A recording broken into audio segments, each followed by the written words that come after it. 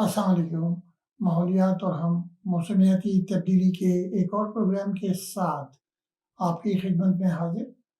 آج کا programme Los Angeles سے ریکارڈ کر رہا ہوں میں، اور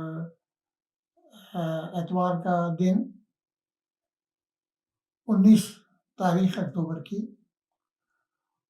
اور ہمارا جو پروگرام ہے آگاہی کا پروگرام ہے، معلومات کا پروگرام ہے، اور اس پروگرام کا جو مقصد ہے وہ یہ ہے کہ ہم موسمیاتی تبدیلی سے نقصانات کیسے کیسے کم کر سکتے ہیں، اور اپنے موجودہ اور آنے والی نسلوں کو ماحول، صاف ستھرا ماحول کیسے مہیا کر سکتے ہیں۔ لیکن کبھی کبھی جو پاکستان میں حالات ہیں ان پر بھی بات کرنی پڑتی ہے۔ تو افغان اور پاکستان کی جو یہ چھوٹی سی جنگ ہوئی، اس سے ہم نے بہت کچھ سیکھا ہے۔ ایک مشکل یہ ہے کہ آپ مختلف چینلز پہ چلے جائیں، بہت ہی منفی باتیں کی جا رہی ہیں، اور وہ منفی باتیں یہ ہیں کہ افغانستان نے گھٹنے ٹیک دیے، ہم نے جھنڈے گاڑ دیے۔ بھائی دیکھو، آپس میں بھائی چارہ، نیگوسیشنز ایک ایسا ہتھیار ہے کہ جس میں کچھ خرچ نہیں ہوتا۔ تو ہمیں اس کے جو پازیٹیو پہلو ہیں، جو مثبت پہلو ہیں، ان کے بارے میں ان کو زیادہ اجاگر کرنا چاہیے۔ ایک ہمارا مسئلہ تھا، وہ نیگوسیشن سے حل ہو گیا۔ اگر آپ کو یہ یاد ہے کہ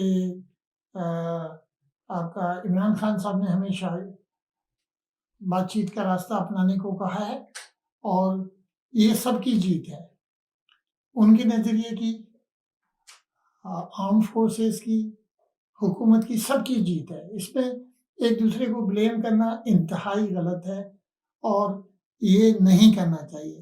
میری اپنے دوستوں سے جو ویلاگ کرتے ہیں اور جو تبصرے کرتے ہیں، یہی گزارش ہے کہ اس کا جو مثبت پہلو ہے اس کو اجاگر کریں۔ جنگ بندی ہو گئی، آپس میں مل کے بات چیت کریں۔ ہم نہ صرف افغانستان کے ساتھ بلکہ سارے پڑوسیوں کے ساتھ، ایون انڈیا کے ساتھ ہمیں وہ پالیسی اپنانی چاہیے کہ اگر انڈیا ایک قدم بڑھاتا ہے تو ہم 2 قدم بڑھائیں گے، تو یہ سارے مسئلے حل ہو سکتے ہیں۔ تو آج کا یہ جو گفتگو ہے اس کو ہم مختصر رکھتے ہوئے پھر سے گزارش کرتے ہیں کہ بھائی چارہ اور گفتگو کو اپنائیں، اور یہ منفی باتیں نہ کریں۔ اس میں کوئی کسی کی جیت نہیں ہے، کسی کی ہار نہیں ہے، سب لوگوں کے لیے فائدہ ہے۔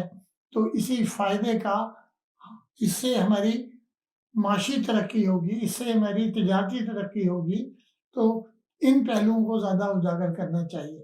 تو اسی کے ساتھ میں آپ سے اس وقت کے لیے اجازت لیتا ہوں، اور دوسرا پروگرام تھوڑی دیر بعد ہم کریں گے، جو کہ ہمارے سیلابوں کے بارے میں ہوگا، جو ہمارے